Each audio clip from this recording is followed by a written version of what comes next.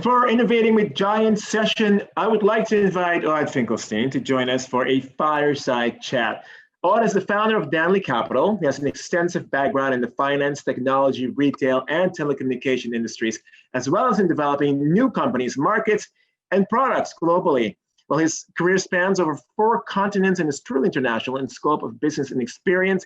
And he's currently advising Coca-Cola and Walmart, respective CEOs, and global management on macro strategies, technology, and innovation. All right, over now to Ohad. Thank you for having me. As a person who has an extensive background in the retail, finance, technology, and telecom sectors with a wide variety of experience, also investing in different companies, I'd like to ask you, what changes can you identify when following the retail tech sector over the last couple of years? Oh my God, it's the renaissance of retail technology right now. The way I look at it, I sit on different boards in 4 different continents, and I also advise to some of the largest corporations in the world, in fact, to the largest one. And about 4 years ago, people from Walmart decided that they want to come and get to know the Israeli ecosystem. And I looked around to provide them with companies to see while they were here. And I scattered the market, and I found about 30, 35 companies that were somehow related to retail. Retail is an umbrella for a lot of things, and you can put a lot under this umbrella. But with all this flexibility to put a lot of things under the umbrella, I found about 35 companies that were retail-related companies. And maybe I missed some, but that more or less the amount of the companies that we found. Last year when they came, there are 400 companies. So for me, from 30 companies to 350 companies or to 400 companies in 4 years, that suggests a huge avalanche of technology. And sitting on different boards in 4 different continents, I can see the same happening in the UK, the same is happening, believe it or not, in Germany, same is happening in South Africa, same is happening on both coasts of the US, and also in the Far East.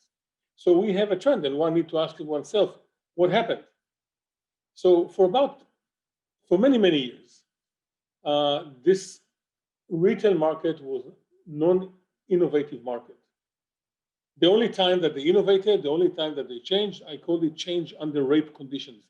Only when my competitor from the opposite side of the street is putting something in the window, I have no other choice and I'm really forced to, then I'll do something as well.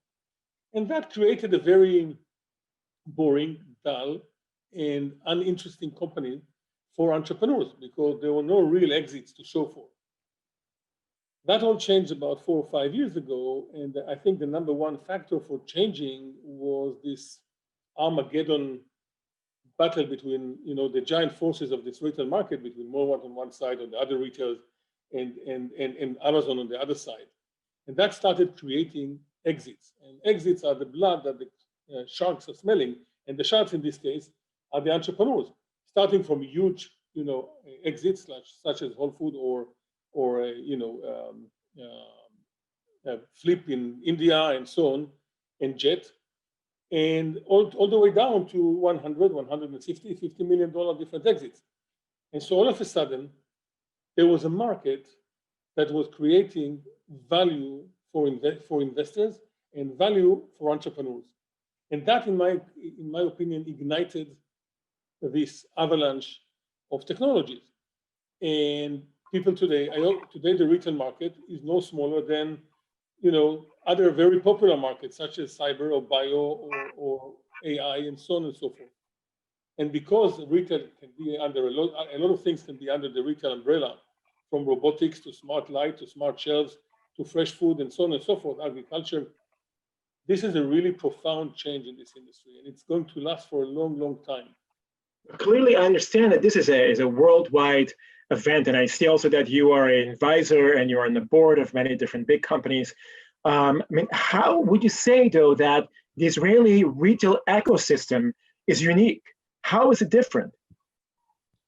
Right. So I will give it a different perspective. I guess the Israeli unique, one second. the Israel unique system is, in terms of retail, in the last 4 years, I can see for the first time a majority of female entrepreneurs.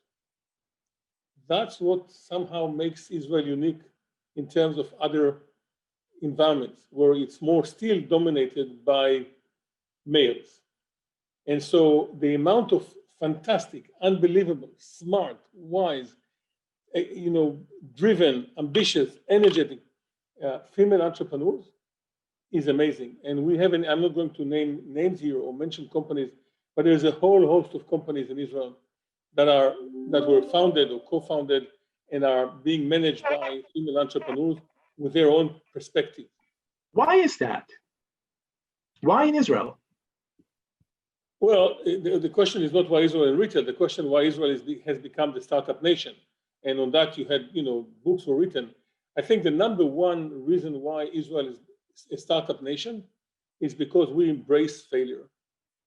In many other cultures, it's a lot harder. So if you are an entrepreneur and you failed in your first attempt, and you came to me with your second company, and you told me that you failed and how much money was lost in your first, I would have a smile that if I didn't have ears, they would circle my entire head, because I would look at you and say, Benny, tell me, what did you learn? And what kind of lessons did you learn when the other guy was paying? Now let's go and build a real company. So embracing failure as a culture is the number one most important thing to cultivate in entrepreneurial culture. So for example, if you go to Germany or you go to Italy or you go to England, well, England doesn't have, a Mark Zuckerberg or Sergey Brin. And I'm picking on England, not on a personal basis, but one has to ask why. They have Richard Branson, but that's a different story. They have Elton John, nobody can take it away from them. But, but it's in industry, it's not in technology. And the reason is, in my opinion, it's a different mentality. It's the mentality. If you try once and fail, you're done. Yeah. So as long as there's no investment. Given that reality, I mean, how would you say a multinational corporation should work with an Israeli startup in this field? So any multinational or a big company, and I'm not defining a big company, but we all know what we're talking about in terms of size, should learn how to work with a startup, because it's not a natural thing. It's like elephant and a butterfly. And the elephant is the big corporation and the butterfly is the startup. And the big corporation sometimes can kill a startup with a kiss. They can kill it out of good intentions, not bad intentions. You are sitting in a corporation somewhere in the US and you're very excited from this technology, and you say, no, come to me, fly over here. We'll host you, we'll give you the red carpet treatment, not even realizing that you just, vacuumed the entire travel, budget for this company for the rest of the year. And then a lot of corporations start saying, well, let's do a joint venture. What kind of a joint venture can you do with a company that has 10 employees and a corporation that have, hundreds of thousands of people? So number one, it has to be the understanding that this is an elephant and a butterfly. Even though when the butterfly is on the back of the elephant and they romp around along, they make a lot of dust together, but it's not equal. The second, it has to come from the CEO, with the CEO mentoring, chaperoning, and leading the process of working with young startups, because there is an inherent objection in big corporations to introduce new things that are not homemade. We can do it better. We have more money. What they did in Tel Aviv with 10 engineers and $50,000, I have 250 engineers. Or, oh my God, this is going to cut the branch I'm sitting on. Can you give an example of a company that did that well, like a multinational corporation that worked with a butterfly, so to speak, and did it well, where they actually gave them the place without, crushing them?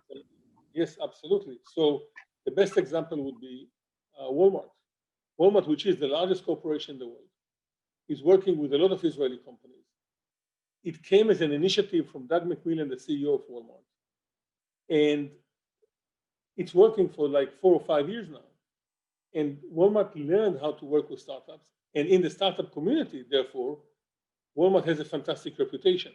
So a lot of young entrepreneurs are coming in the retail business, are coming to Walmart or coming to me and saying, this is what we'd like to do with Walmart. And so it's not only about your reputation as a corporation, it's what kind of reputation you have within the entrepreneurial community, the local entrepreneurial community in Israel.